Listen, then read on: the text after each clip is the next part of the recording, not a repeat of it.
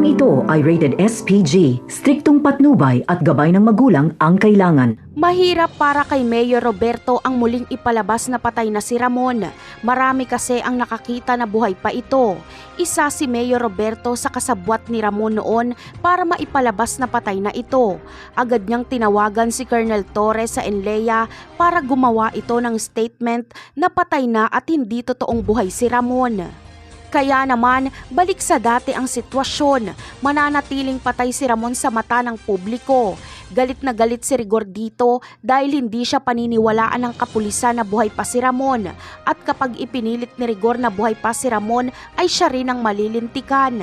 Dahil si Rigor at Mando ang gumawa ng report noon na napatay nila si Ramon. Kaya lalabas na sinungaling si Rigor at pwede pa siyang kasuhan. Habang si Mando naman ay maliligtas ang pagkapulis dahil kapag napatunayan na buhay si Ramon ay maaari siyang masibak dahil isa siya sa nagsabi noon na patay na si Ramon.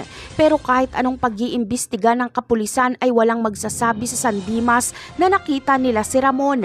Bagkus ay si Rigor pa ang kanilang ididiin. Kakampi ni Tanggol at Ramon ang mga taga San Dimas.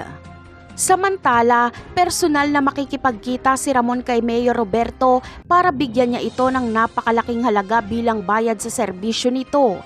Ikakatuwa naman ito ni Mayor Roberto lalo't mag-e-eleksyon na naman kaya kailangan niya ng pera. Sa ngayon ay kailangan ni Roberto ang mga Montenegro para mapunduhan ang kanyang pagtakbo sa parating na eleksyon sa mas mataas na posisyon.